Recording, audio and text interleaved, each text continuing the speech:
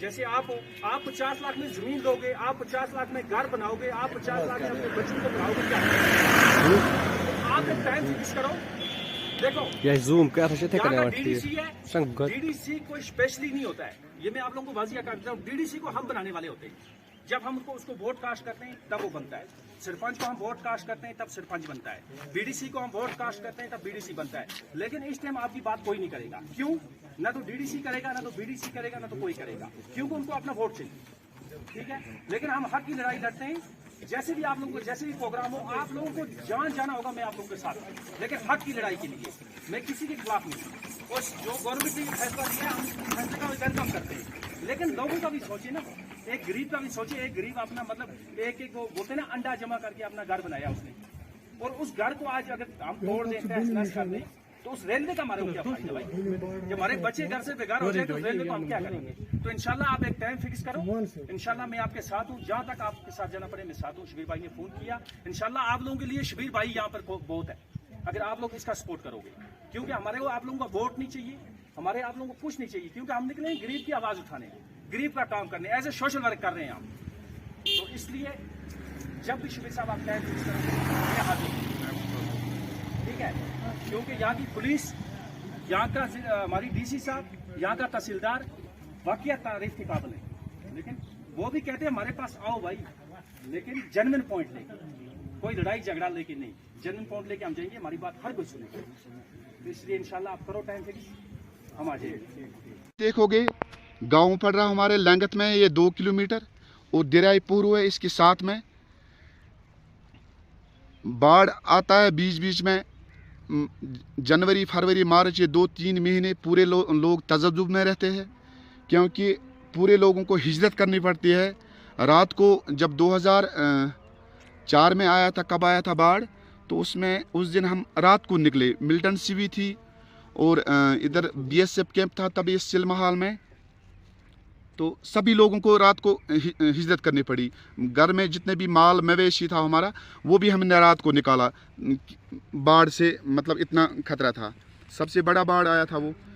तो सारा जो भी अभी लैंड हमारा है, चाहे कंस्ट्रक्शन करने, चाहे हमारा मतलब अनाज दान का फसल है, तो वो यही है। और इसके साथ साथ में बाईपास के साथ, जब बाईपास निकला तो 3 फेस में हमारा गांव बट गया। अभी जब ये निकल रहा है तो इसमें क्या है, 5 फेस हमारे गांव में हो रहे हैं। तो हम यही कहना चाहते हैं आला हुकाम को कि मेहरबानी करके अगर हो सके कुछ, तो हमारे जो राइट साइड में दरियाई पोरू है, उसके साथ साथ में जगह भी है, और खाली उनको क्या है कि उसमें वाल्स मतलब पुल बनाना पड़े उनको, तो उसमें थोड़ा सा उनको खर्चा लगेगा। ये ज़मीन का खर्चा अगर लगाए उसमें, तो उससे कम ही मतलब आधे ही, अगर इसमें लाख रुपए खर्चा आएगा तो उसमें 85 लाख रुपए 50,000 खर्चा आएगा। तो मेहरबानी करके, लोगों को बहुत मुश्किलात है इससे। हम ये नहीं कहते कि भाई नहीं निकलना चाहे, मगर हमारे गांव में ही निकालो, राइट साइड करो। शबीर साहब, मैं आपसे ये भी जानना चाहते हैं कि आपकी जो यहाँ की वफद है, ये डीसी साहब के पास या किसी साहब के पास गए और उनसे ये बात कही आपने? मैंने अभी कम से कम 10-15 बंदों से बात की है, डीसी साहब के पास गए, उन्होंने शायद कहा है कि अभी तक मेरे नॉलेज में नहीं है। मैं अपने डीसी मैडम साहिबान को पहले एक बार नमस्ते कहना चाहता हूँ, और उसको मैं इतना ही पुरजोर गुजारिश करना चाहता हूँ कि मेहरबानी करके आप अगर हमें टाइम दोगे, आप ग्राउंडली एक बार चेक करिए, इधर आप देखिए कि है प्रॉब्लम है इधर या नहीं है।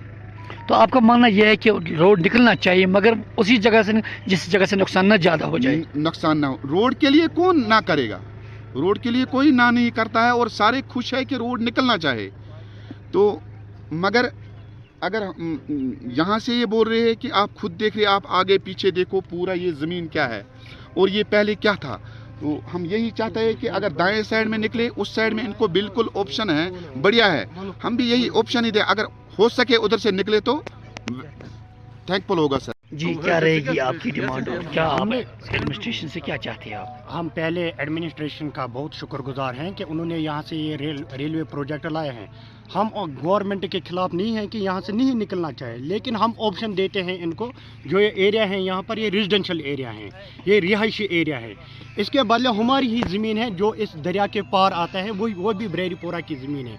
अगर वो वहाँ से रेलवे प्रोजेक्ट को डाइवर्शन करेंगे, वहाँ से कोई नुकसान उनका हमारा नहीं हो जाएगा। और जो वो फील्ड है वहाँ से, वो एम्प्टी फील्ड है, वो खाली है, वहाँ किसी का नुकसान नहीं हो जाएगा। वहाँ सिर्फ पौधे लगे हैं और खाली ज़मीन है। यहाँ पर रिहायशी मकान है और ज़मीन पे जो बची हुई ज़मीन है, इसमें लोग मकान बनाते हैं।